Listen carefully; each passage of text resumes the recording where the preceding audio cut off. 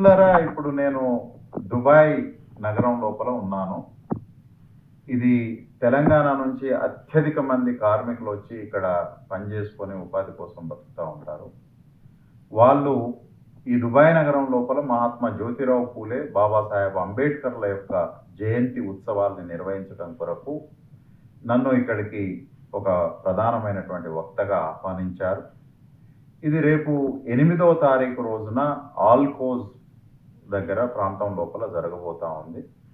దుబాయ్లో ఉన్నటువంటి మిత్రులు కానీ, లేదా దుబాయ్కి బయట భారతదేశం లోపల ఉన్నటువంటి మిత్రులు కానీ, దీనికి సంబంధించినటువంటి పూలే అంబేద్కర్ జయంతి ఉత్సవాలకు సంబంధించినటువంటి ప్రచారాన్ని మీ మాధ్యమాల ద్వారా అత్యధిక మందికి చేరేటట్టుగా సహకరిస్తారు అని చెప్పి అందరికీ జేబీ. ముందుగా ఇక్కడికి ఇచ్చేసిన డాక్టర్ ప్రొఫెసర్ బాలబోయిన సుదర్శన్ సార్ గారికి JB sir. Welcome to Dubai. Thank you sir. Sir మిమ్మల్ని కలవడం చాలా సంతోషంగా ఉంది. మొదట సార్, మరి ఇంత బిజీ షెడ్యూల్లకు ఇక్కడికి రావడం మీకు ఎవరు ఇక్కడికి ఇన్వైట్ చేశారు సార్? అంబేద్కర్ ఏదో మనకి చెప్తున్నారు సార్, మరి దాని గురించి మీరు మీ వివరణ ఇస్తే అంటే ఇక్కడ దుబాయ్లో ఉండేటటువంటి పూలే అంబేద్కర్ వాదులు, అభిమానులు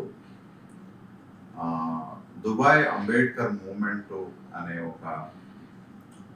ఒక సమూహం లాగా ఏర్పడి పూలే అంబేద్కర్ల యొక్క సామాజిక విప్లవ స్మరణలు చేసుకోవటం కొరకు, దాన్ని మరింత ముందుకు తీసుకొని పోవటం కొరకు పూలే అంబేద్కర్ల జయంతిని ఏర్పాటు కార్యక్రమం చేసింది.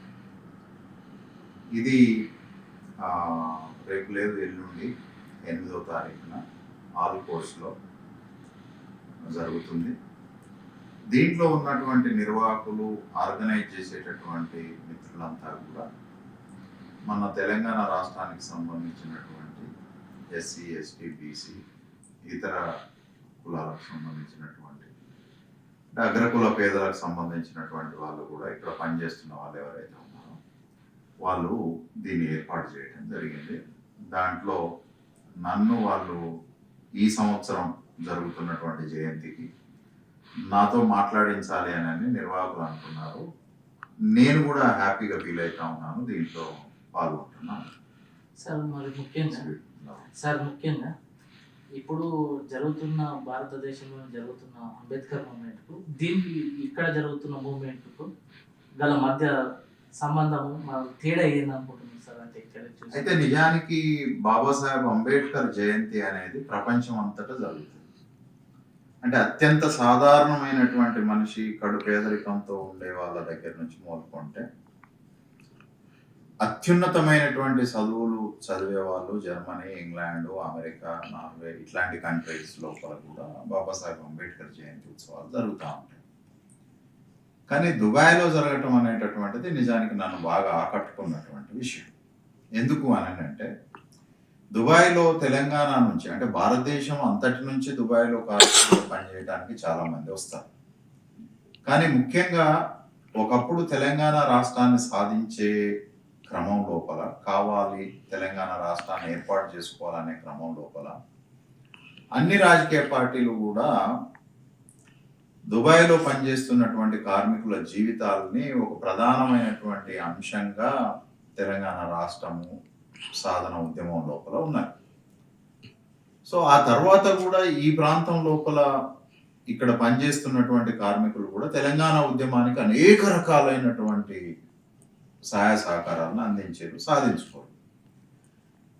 నా బాధ ఏంటిది అని అంటే, సరే ఇక్కడ ఉన్నటువంటి దుబాయ్ కార్మికులు, దుబాయ్ తెలంగాణ ప్రజలంతా తెలంగాణ ఉద్యమానికి సహకరించి తెలంగాణ తెచ్చారు.